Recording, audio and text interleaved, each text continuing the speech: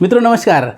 लक्ष्य आईएएस के इस YouTube चैनल में आप सभी लोगों को स्वागत है। जैसा कि आपको पता है कि उत्तर प्रदेश पीसीएस की परीक्षा बहुत जल्द आने वाली है, बहुत नज़दीक लगी हुई है और साथ में आईएएस का पेपर भी लगा हुआ है और इसके बाद में बीईओ और समीक्षा अधिकारी का पेपर भी आएगा ही आएगा।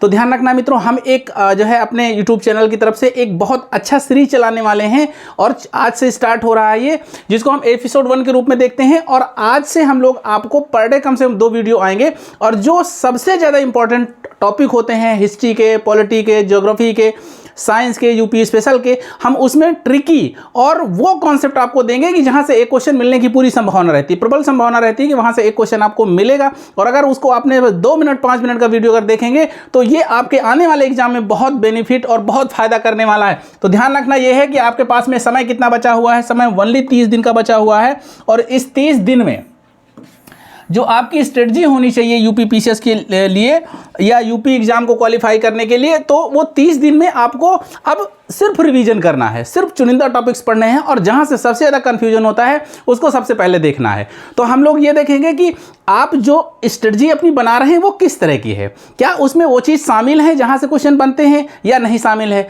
ये साथ में देखेंगे। और साथ में ये भी देखेंगे क्या वो पॉइंट्स आपको क्लियर हैं या कन्फ्यूज कर रहे हैं। हम लोग उन सारे पॉइंटों पर बहुत क्लियरली बहुत जो है डीपली वो अध्ययन नहीं हो सकता है। वो डीपली अध्ययन के लिए हमारा एक दूसरा चैनल है लक्ष्य जीएस क्रैकर, उसमें प्रॉपर क्लासें चल रही हैं। अगर चाहें तो 8 से 9:30 जुड़ सकते हैं, तो वहां पर आपको डीपली क्लास मिलेगी। लेकिन इस चैनल पे आपको सिर्फ और सिर्फ पीसीएस टारगेटेड और आईएएस टारगेटेड वीडियोस मिलेंगे, जिसके जो है माध्यम से आप बहुत सी तैयारी कर सकते हैं। और ये सिर्फ आईएएस पीसीएस के लिए ही नहीं है, इसके संबंधित अगर आप कोई भी स्टेट एग्जाम देने जा रहे हैं तो उसमें भी ये सारे ट्रिक काम आएंगे आपको और सारे कॉन्सेप्ट काम आएंगे। तो हम लोग ये जो 30 दिन का प्लान है, 30 दिन में कम से कम 2 वीडियोस पर डे आएंगे और वो वीडियोस ऐसे रहेंगे जहां से आपको एक क्वेश्चन या 2 क्वेश्चन मिलने की प्रबल संभावना रहेगी। ठीक है ना मित्रों। तो अगर इस तरह से हमने अगर 30 के जो है 60 वीडियोज आपको डाले और क्वेश्चन अगर 40 से 50 मिल गए तो फिर आपके लिए तो बहुत बल्ले बल्ले, बहुत अच्छी बात है। ठीक है ना। तो चलिए हम लोग आज देखते हैं कि जो है थोड़ा सा कि किस तरह से आप लोग अपना प्लान बनाए हैं। तो जरा पहले उस पर चर्चा कर लेते हैं कि देखिए आपके पास में जो सब्जेक्ट हैं उसमें 2 हैं, एक जीएस का आपको पढ़ना है, एक सीसेट पढ़ना है।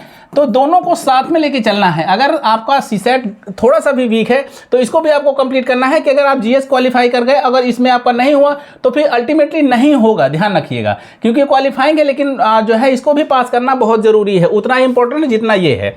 अब यहाँ पर आपको जो सबसे ज़्यादा कन्फ्यूज करता है, इतिहास में ढेर सारे सन आपको नहीं याद होते हैं, वो हम आपको याद कराएंगे। ठीक ना। नए नए जितने भी जो है करंट से इवेंट्स आते हैं, करंट्स के, वो इसमें हम आपको ऐड करके कराएंगे। यूपी स्पेशल का जितना भी करंट है वो हम आपको कराएंगे। ठीक है ना।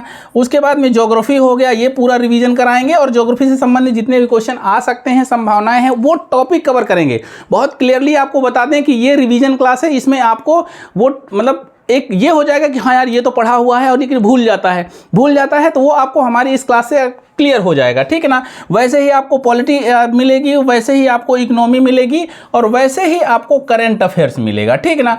तो ये सारी चीज़ें आपको यहाँ पर मिलेंगी और अगर रेगुलर आप क्लास करेंगे तो इसका बहुत बड़ा बेनिफिट आपको मिलेगा। तो सबसे पहले आपको ये देखना है कि जो हमारी ये क्लासें हैं इनमें आपको जो है जो सब्जेक्ट है, जो सब्जेक्ट वाइज आपका ये ग्राफ है, इसको आपको देख लेना है कि 2001 में जो क्वेश्चन बना है, मतलब जो मेरिट गई है वो 132 गई है। ठीक है ना। 132 समथिंग थी और 135 का ग्राफ 2022 में रहा है और 135 का ग्राफ कितने में, लगभग जो है 200 नंबर पे।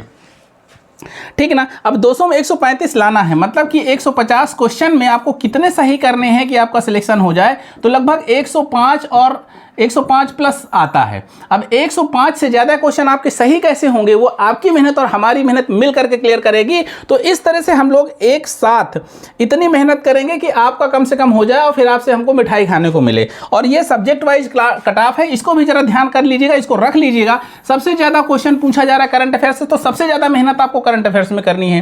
फिर सेकंड नंबर पे आता है हिस्ट्री, 31 क्वेश्चन 2022 में पूछा गया था लगभग।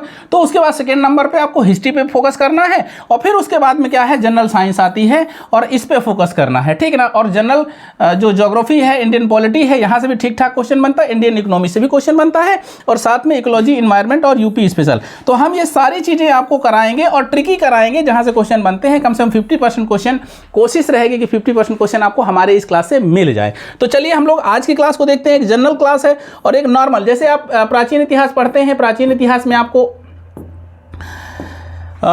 कई क्वेश्चन आपको दिक्कत करते हैं क्या, कि जैसे जो प्राचीन इतिहास है, प्राचीन इतिहास में आप सिंधु घाटी सभ्यता के पहले से स्टोन एज से जो है स्टार्ट करते हैं, अर्थात पाषाण काल से स्टार्ट करते हैं। तो क्वेश्चन यहाँ से आते हैं, पाषाण काल से भी आते हैं और इसके बाद सिंधु घाटी सभ्यता से आते हैं। कई बार आपसे पूछा गया है, बुर्जहोम का नाम कई बार लिया जाता है, बुर्जहोम, ठीक ना, बुर्जहोम हो गया, गुफ कराल हो गया,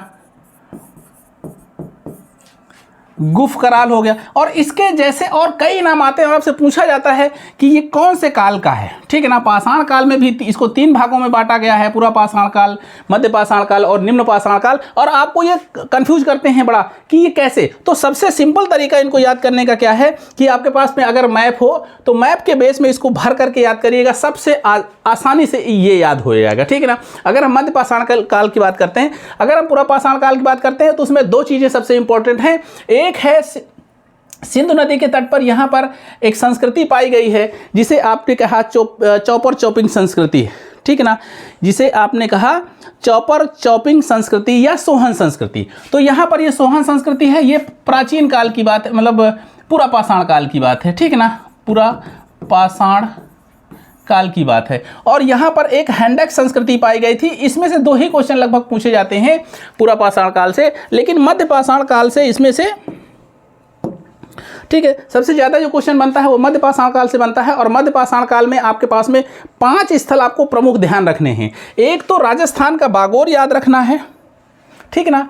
मध्य पाषाण काल से उसके स्थल पूछे जाते हैं तो आपको बड़ा कन्फ्यूजन होता है कि ये स्थल कहाँ पाए जाते हैं, इसमें क्या मिला हुआ है, क्या खुदाई मिला। तो आपको इसमें जो है 5 स्थल ध्यान रखने हैं। एक यहाँ का जो राजस्थान है, राजस्थान का एक स्थल है जिसे आप कहते हैं बागोर।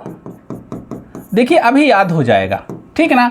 बागोर, आपको नाम याद आ गया होगा, बागोर था। यहाँ पर पशुपालन का सबसे पहली बार साक्ष्य मिला है, लगभग 5000 BC में, 5000 BC में पशुपालन के साक्ष्य मिले हुए हैं, पशुपालन, ठीक है ना। तो बागोर हो गया। और एक मध्य प्रदेश में एक स्थल पड़ता है जिसे आप कहते हैं आदमगढ़, आदमगढ़। तो ये 2 स्थल हैं जहाँ पे पशुपालन के सबसे प्राचीनतम साक्ष्य मिले हुए हैं। मतलब पहले जो जीवन था, पहले जो लोग रहते थे वो चलवासी जिंदगी जीते थे, कोई उनको ज्ञान नहीं था, ना तो कृषि का ज्ञान था, ना तो रहने का ज्ञान था, ना तो उनके पास झोपड़पट्टी थी, ना उनके पास पशु थे। लेकिन पहली बार पशुपालन यहाँ से स्टार्ट हो गया था, तो इसको आपको ध्यान रखना है। मिट्टी के बर्तन बनाना शुरू हो गए थे। यहाँ पर एक जो है स्थल पड़ता है लघनाद, ठीक है ना। लघनाद कहाँ पड़ता है, और मैं राज्य आपको यहाँ नहीं बताऊंगा क्योंकि राज्य में ही मैं लिख रहा हूँ। तो ये गुजरात पड़ता है, गुजरात का लघनाद पड़ता है, राजस्थान का बागोर पड़ता है, मध्य प्रदेश का आदमगढ़ पड़ता है। और यहीं पर 2 स्थल उत्तर प्रदेश में पाए गए हैं जिसे आप कहते हैं सराय नाहर राय, और दूसरा है महदहा, महदहा या दमदमा, महदहा या दमदमा, ठीक है ना, ये नाम है। और ध्यान रखना है सराय नाहर राय से क्या मिला था, तो सराय नाहर राय से कुछ झोपड़ियों के साथ मिले थे, झोपड़ी, और मानव कंकाल मिला था, मानव कंकाल। बस अब आपसे पूछा क्या जाएगा, पूछा जाएगा स्थल, ये स्थल कहाँ पाया गया है, बागोर या आदमगढ़ ये कहाँ स्थित है। दूसरा पूछा जाएगा इनमें से क्या मिला है, तो सबसे प्राचीनतम पशुपालन के साक्ष्य मिले हुए हैं, ये आपको ध्यान रखना है। और सराय नाहर राय से और महदहा से झोपड़ी के साथ मिले हैं और मानव कंकाल के साथ मिले हैं। तो ये मुझे लगता है क्लियर होएगा, अब तो याद ही हो गया होगा। और यहाँ से स्त्री पुरुष का एक साथ दफनाए जाने का साक्ष्य मिला है, स्त्री पुरुष का एक साथ दफनाए जाने का साक्ष्य मिला है। तो क्लियर हो गया। अब इस तरह से आपको आएगा तो आप याद कर लीजिएगा और हो जाएगा। उसी तरीके से हम नवपाषाण काल की बात करते हैं। नवपाषाण काल से भी 5 ही स्थल पूछे जाते हैं, तो उनको भी जरा देख लीजिएगा। नवपाषाण काल के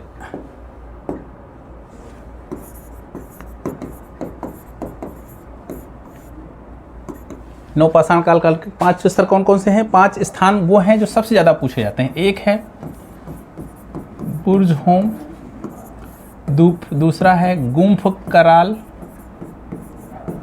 ठीक ना। बुर्ज़होम और गुम्फ कराल से क्वेश्चन बनता है, पूछा जाएगा कि यहाँ पर कौन से साक्ष्य पाए जाते हैं, और ये सारे के सारे नवपाषाण काल के हैं। उसके बाद में एक पाकिस्तान में पाया जाता है जिसे आप कहते हैं मेहरगढ़,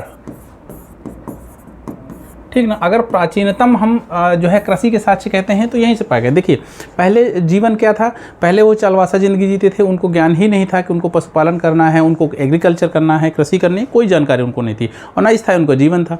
धीरे धीरे क्या हुआ कि वो पशुपालन करने लगे, क्योंकि पशुओं का मांस खाना था उनको, पशुपालन किए, फिर स्थायी जीवन होने लगा। स्थायी जीवन होगा तो कृषि होगी। अब कृषि सबसे पहले यहीं पर आई है, मतलब नवपाषाण काल में ही कृषि के प्राचीनतम साक्ष्य मिले हुए हैं। और ध्यान रखना, सबसे पहले गेहूँ प्लस जौ के साक्ष्य मेहरगढ़ से मिले हैं, और आज ये मेहरगढ़ पाकिस्तान में है।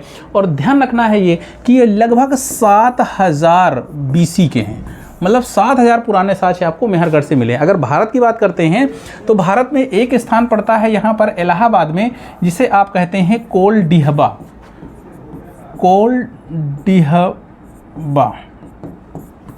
ठीक है ना। और ये कोलडिहबा, यहाँ पर एक नदी पड़ती है टोंस की सहायक नदी है बेलन, ये बेलन घाटी कहलाता है। बेलन घाटी के पास में कोलडिहबा पड़ता है, इलाहाबाद में आज की डेट में है। और यहाँ पर चावल के प्राचीनतम साक्ष्य मिले हैं, ठीक ना। चावल की भूसी मिली है। इसे माना जाता है कि भारतीय उपमहाद्वीप में सबसे पहले चावल के साक्ष्य कहाँ मिले हैं, वो मिले हैं कोलडिहबा अर्थात उत्तर प्रदेश में। तो एक आपको जो है स्थल पूछा जाएगा बुर्ज़होम, यहाँ पर क्या मिला है, तो बुर्ज़होम में गर्तवास, ठीक ना, गर्तावास मतलब यहाँ पर क्या गर्तवास मिले हैं, और यहाँ पर ये लोग रहते थे, रहने का साक्ष्य मिला है, ठीक ना। गर्तावास मिले हैं अर्थात पहली बार स्थायी जीवन के साक्ष्य हमको कहाँ से मिलते हैं, यहीं से मिलते हैं। और यहाँ पर जब एक साथ रहेंगे तो इनका एक पशु एक था जो सबसे अच्छा पालतू था, ठीक ना, पालन करते थे इसको पशुपालन, और वो था कुत्ता। तो जब व्यक्ति मरता था उसके साथ में कुत्ते को दफना दिया जाता था। तो जो है किसी भी व्यक्ति के बाद व्यक्ति के साथ व्यक्ति प्लस कुत्ता दफनाए जाने का एक साथ साक्ष्य हमको यहीं से मिला है। तो गुम्फ कराल और जो है बुर्ज़होम याद रखिएगा, ये जम्मू कश्मीर में पाया गया है, और ये नवपाषाण कालिक स्थल है। और गर्तावास और जो है एक साथ कुत्ते के साथ में, मतलब मनुष्य के साथ में कुत्ते दफनाए जाने का साक्ष्य यहाँ से मिला है। गेहूं और जौ के साक्ष्य सबसे पहले मेहरगढ़ में मिले हैं, 7000 BC के पुराने हैं। उसके बाद में है बेलन घाटी, जहाँ से चावल का प्राचीनतम साक्ष्य मिला है। एक स्थान मिला है बिहार से, जिसे आप कहते हैं चिरांद।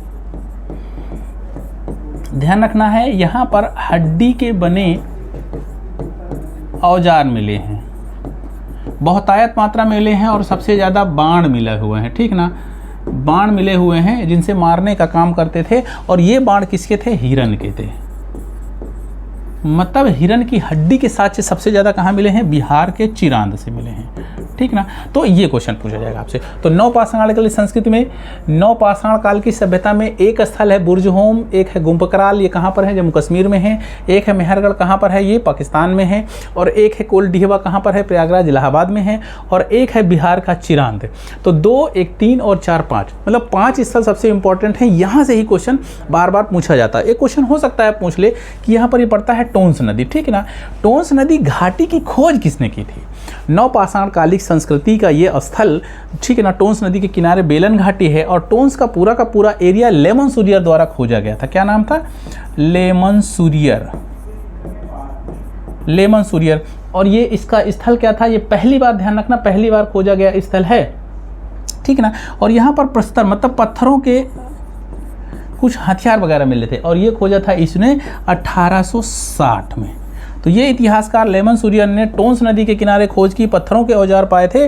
तो आपको ये बताना है कि टोंस नदी जो है वो बेलन नदी की सहायक नदी है, प्रतापगढ़, कोलडिहबा। तो ये चावल के साक्ष्य, यहाँ पर गेहूं जौ के साक्ष्य मेहरगढ़, और ये 5000 साल पुराने हैं, ठीक है ना, 5000 BC के हैं। तो मुझे लगता है इस तरह से आप नवपाषाण काल और पूरा मध्य पाषाण काल आपको याद हो गया होगा। तो मित्रों, इस तरह से हम आपको छोटे छोटे वीडियो देते रहेंगे। अगर आपको पसंद आए तो इस चैनल को लाइक और सब्सक्राइब जरूर करिएगा। और ये रेगुलर आपको सीरीज पर डे आपको कम से कम 2 वीडियो, 2 ट्रिक्स और इंपॉर्टेंट PCS, RORO, BO और IS के लिए बहुत ही महत्वपूर्ण रहेगा। तो ठीक है मित्रों, अगले वीडियो तक के लिए हम आपसे विदा चाहेंगे, और इंतजार करिएगा अगले ट्रिक के लिए। तब तक के लिए नमस्कार।